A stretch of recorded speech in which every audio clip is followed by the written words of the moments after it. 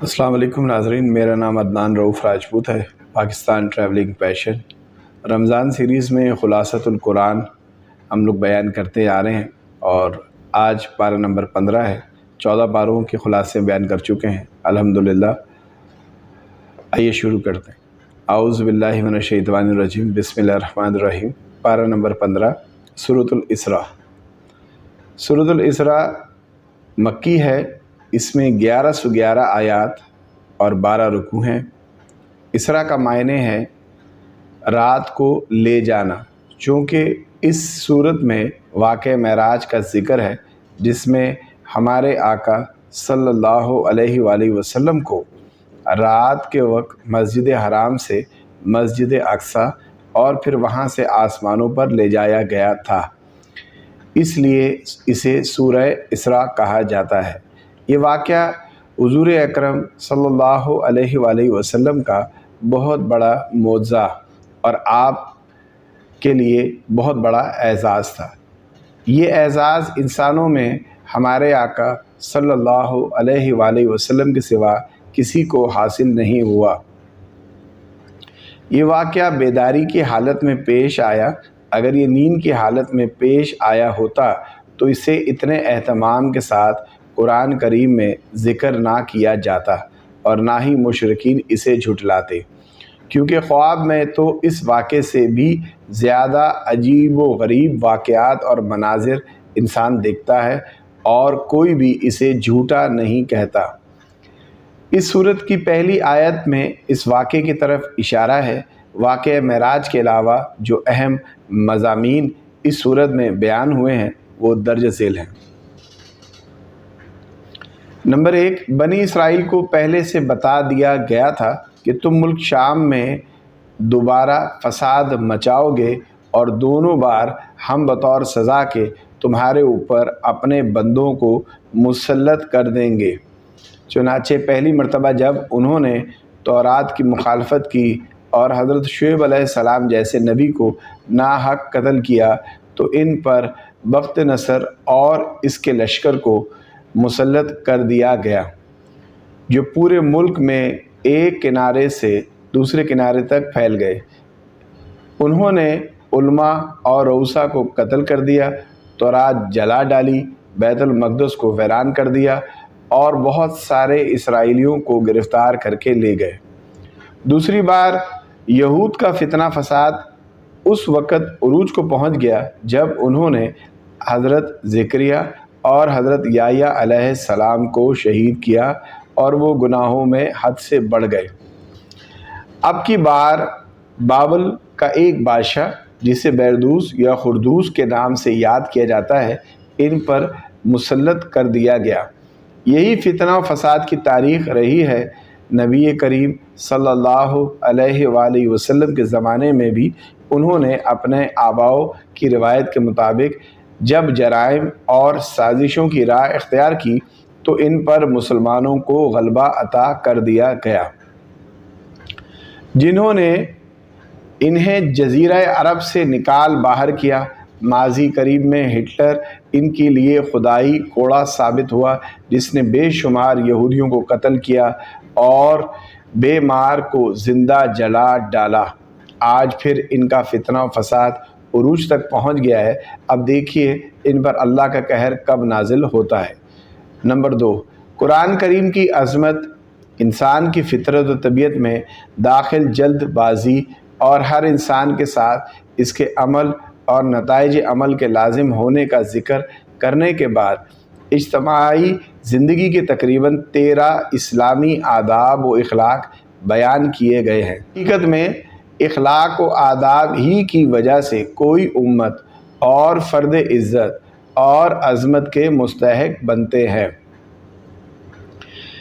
بعض حضرات نے ان آداب کو معراج کا پیغام بھی قرار دیا ہے۔ یہ آداب جو آیت 23 سے 39 تک مذکور ہیں درج ذیل ہیں۔ اللہ کے سوا کسی کی عبادت نہ کرو، والدین کے ساتھ بھلائی کرتے رہو، رشتہ داروں اور مسکینوں اور مسافروں کو ان کا حق دو، مال کو فضول خرچی میں نہ اڑاؤ، نہ بخل کرو، نہ ہاتھ اتنا کشادہ رکھو کہ کل کو پچھتانا پڑے۔ اپنی اولاد کو مفلسی کے ڈر سے قتل نہ کرو، کسی جاندار کو ناحق قتل نہ کرو، یتیم کے مال میں ناجائز تصرف نہ کرو، وعدہ کرو تو اسے پورا کرو، ناپ تول پورا کیا کرو، جس چیز کے بارے میں تحقیق نہ ہو اس کے پیچھے نہ پڑو، زمین پر اکڑ کر نہ چلو۔ آخر میں دوبارہ کہہ دیا اللہ کے ساتھ کسی کو معبود نہ بناؤ۔ مشرکین کے بارے میں بتایا گیا ہے کہ وہ اللہ کی طرف بیٹیوں کی نسبت کرتے ہیں، اخروی زندگی کا انکار کرتے ہیں اور بڑے تعجب سے کہتے ہیں کہ کیا جب ہم مر کر بوسیدہ ہڈیاں اور چورا چورا ہو جائیں گے تو کیا ہمیں نئے سرے سے پیدا کیا جائے گا؟ آیت نمبر 49 سے 98 تک۔ حضور اکرم صلی اللہ علیہ وآلہ وسلم سے حسی معجزات کا مطالبہ کرتے ہیں۔ کبھی کہتے ہیں ہم ایمان تب لائیں گے جب آپ ہمارے لیے زمین سے چشمہ جاری کر دیں گے۔ کبھی کہتے ہیں کھجوروں اور انگوروں کا باغ لہلہا دیں۔ کبھی کہتے ہیں ہمارے اوپر آسمان کا ٹکڑا گرا دیں، یا اللہ اور فرشتوں کو ہمارے سامنے لے آؤ۔ کبھی کہتے ہیں تم اپنے لیے سونے کا گھر بنا کر دکھاؤ، یا ہمارے سامنے آسمان پر چڑھ جاؤ اور وہاں سے کوئی تحریر لے آؤ۔ آیت نمبر 90 سے 93۔ علاوہ ازیں اس صورت میں قرآن کریم کی عظمت و صداقت، اس کے نزول کے مقاصد اور اس کے موضع ہونے، اللہ کی طرف سے انسان کو تکریم دیے جانے، اسے روح زندگی اور زندگی جیسی نعمت کے عطا ہونے، نبی کریم صلی اللہ علیہ وآلہ وسلم کو نماز تہجد کا حکم دیے جانے، حضرت موسیٰ علیہ السلام اور فرعون کا قصہ، اور قرآن کریم کے تھوڑا تھوڑا نازل ہونے کی حکمت جیسے مضامین بھی مذکور ہیں۔ سورت کے اختتام پر بتایا گیا ہے کہ اللہ تعالیٰ شریک اور اولاد سے پاک ہے اور وہ اسماء حسنہ کے ساتھ متصف ہے۔ سورۃ الکہف۔ سورہ کہف، اس میں 110 آیات اور 12 رکوع ہیں۔ کہف غار کو کہتے ہیں۔ چونکہ اس صورت میں غار والوں کا قصہ بیان کیا گیا ہے، اس لیے سورہ کہف کہا جاتا ہے۔ اس صورت کی فضیلت کے بارے میں متعدد احادیث وارد ہیں۔ امام احمد، مسلم اور نسائی نے حضرت ابو درداء رضی اللہ تعالی عنہ سے روایت نقل کی ہے کہ جو شخص سورہ کہف کی آخری 10 آیات پڑھے گا وہ دجال کے فتنے سے محفوظ رہے گا۔ اہل علم کہتے ہیں سنت یہ ہے کہ جمعے کے دن یا رات میں سورہ کہف پڑھنی چاہیے، کیونکہ نبی کریم صلی اللہ علیہ وآلہ وسلم نے فرمایا جو شخص جمعے کے دن سورہ کہف پڑھے گا اس کے لیے 2 جمعوں کے درمیان کو نور سے منور کر دیا جائے گا۔ سورہ کہف ان 5 صورتوں میں سے ہے جن کی ابتدا الحمدللہ سے ہوتی ہے۔ باقی 4 صورتیں یہ ہیں فاتحہ، انعام، سبا اور فاطر۔ حضرت مولانا علی میاں نور اللہ مرکدہ نے اس صورت کی تفسیر میں ایک مستقل کتاب لکھی ہے جس میں وہ فرماتے ہیں میں طویل و غور و فکر کے بعد اس نتیجے پر پہنچا ہوں کہ اس صورت کا موضوع معرکہ ایمان و مادیت ہے اور اس صورت کا آخری دور کے فتنوں سے خاص تعلق ہے جس کا سب سے بڑا علمدار دجال ہوگا۔ یہ صورت مسلمانوں کو دجال کے فتنے سے مقابلے کے لیے تیار کرتی ہے۔ اس صورت میں جتنے اشارے، واقعات اور مثالیں گزری ہیں وہ سب ایمان اور مادیت کی کشمکش کو بیان کرتی ہیں۔ سورہ کہف میں 3 قصے اور 3 تمثیلیں بیان ہوئی ہیں۔ اصحاب کہف۔ پہلا قصہ اصحاب کہف کا ہے۔ یہ وہ چند صاحب ایمان نوجوان تھے جنہیں دقیانوس نامی بادشاہ بت پرستی پر مجبور کرتا تھا۔ وہ ہر ایسے شخص کو قتل کر دیتا تھا جو اس کی شرکیہ دعوت کو قبول نہیں کرتا تھا۔ ان نوجوانوں کو ایک طرف مال و دولت کے انبار، اونچے عہدوں پر تقرر اور معیار زندگی کی بلندی جیسی ترغیبات دی گئی، اور دوسری طرف ڈرایا دھمکایا گیا اور جان سے مار دینے کی دھمکیاں دی گئیں۔ ان نوجوانوں نے ایمان کی حفاظت کو ہر چیز پر مقدم جانا اور اسے بچانے کی خاطر نکل کھڑے ہوئے۔ چلتے چلتے شہر سے بہت دور ایک پہاڑ کی غار تک پہنچ گئے۔ انہوں نے اس غار میں پناہ لینے کا ارادہ کیا۔ وہ جب غار میں داخل ہو گئے تو اللہ نے انہیں گہری نیند سلا دیا۔ یہاں وہ 309 سال تک سوتے رہے۔ جب نیند سے بیدار ہوئے تو کھانے کی فکر ہوئی۔ ان میں سے ایک کھانا خریدنے کے لیے شہر آیا۔ وہاں اسے پہچان لیا گیا۔ 3 صدیوں میں حالات بدل چکے تھے۔ اہل شرک کی حکومت کب کی ختم ہو چکی تھی اور اب موحد برسر اقتدار تھے۔ ایمان کی خاطر گھر چھوڑنے والے یہ نوجوان ان کی نظر میں قومی ہیرو کی حیثیت اختیار کر گئے۔ اس قصے سے یہ سبق حاصل ہوتا ہے کہ مومن کو ایمان کے سلسلے میں بڑا حساس ہونا چاہیے۔ اگر خدا نہ خواستہ مادیت اور ایمان دونوں میں سے کسی ایک کا انتخاب کا مرحلہ آ جائے تو اسے باہر طور ایمان کی حفاظت ہی کو ہر مادی چیز پر ترجیح دینی چاہیے۔ حضرت موسیٰ اور حضرت خضر علیہ السلام۔ دوسرا قصہ حضرت موسیٰ اور حضرت خضر علیہ السلام کا ہے۔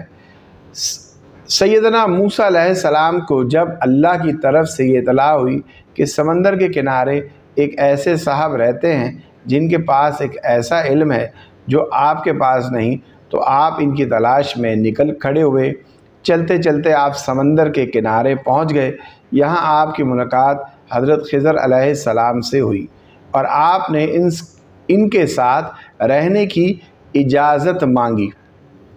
انہوں نے اس شرط کے ساتھ اجازت دی کہ آپ کوئی سوال نہیں کریں گے۔ پھر 3 عجیب واقعات پیش آئے۔ پہلا واقعہ میں حضرت خضر علیہ السلام نے اس کشتی کو پھاڑ ڈالا جس کے مالکان نے انہیں کرایہ لیے بغیر بٹھا لیا تھا۔ دوسرا واقعہ میں ایک معصوم بچے کو قتل کر دیا۔ تیسرے واقعہ میں ایک ایسے گاؤں میں گرتی ہوئی بوسیدہ دیوار کی تعمیر شروع کر دی جس گاؤں والوں نے انہیں کھانا تک کھلانے سے انکار کر دیا تھا۔ حضرت موسیٰ علیہ السلام تینوں مواقع پر خاموش نہ رہ سکے اور بول پڑے کہ آپ نے ایسا کیوں کیا؟ تیسرے سوال کے بعد حضرت خضر علیہ السلام نے جدائی کا اعلان کر دیا کہ اب آپ میرے ساتھ نہیں چل سکتے۔ البتہ تینوں واقعات کی اصل حقیقت انہوں نے آپ کے سامنے بیان کر دی۔ فرمایا کشتی کا تختہ اس لیے توڑا تھا کیونکہ آگے ایک ظالم بادشاہ کے کارندے کھڑے تھے جو ہر سالم اور نئی کشتی زبردستی چھین رہے تھے۔ جب میں نے اسے عیبدار کر دیا تو اس ظالم کے قبضے میں جانے سے بچ گئی۔ یوں ان غریبوں کا ذریعہ معاش محفوظ رہا۔ بچے کو اس لیے قتل کیا کیونکہ یہ بڑا ہو کر والدین کے لیے بہت بڑا فتنہ بن سکتا تھا، جس کی وجہ سے ممکن تھا وہ انہیں کفر کی نجاست میں مبتلا کر دیتا، جبکہ اللہ نہیں چاہتا تھا کہ اس کے انتہائی نیک والدین محض اس کی محبت میں ایمان سے محروم ہو جائیں۔